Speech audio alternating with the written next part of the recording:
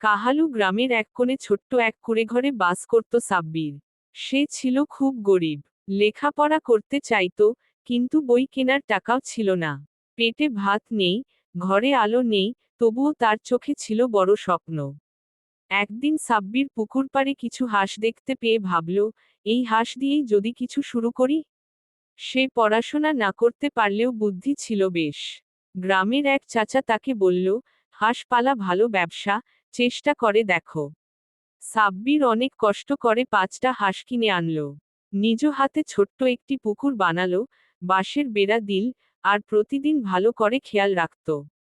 হাঁস ডিম দিতে শুরু করলো। সাব্বির হাটে ডিম বিক্রি করতে লাগলো। কয়েক মাস পর হাঁসের সংখ্যা দাঁড়ালো 50টা। সাব্বির এখন হাঁসের ডিম বিক্রি করে নিজের খরচ চালায়, পরিবারকেও সাহায্য করে। তার খামার এখন পুরো গ্রামের মাঝে পরিচিত। সবাই বলে, সাব্বির এখন সফল খামারি। সাব্বির এখন ভাবে, আমি অন্য গরিব ছেলেমেয়েদেরও শিখাবো হাঁস পালন, যেন কেউ স্বপ্ন হারিয়ে না ফেলে।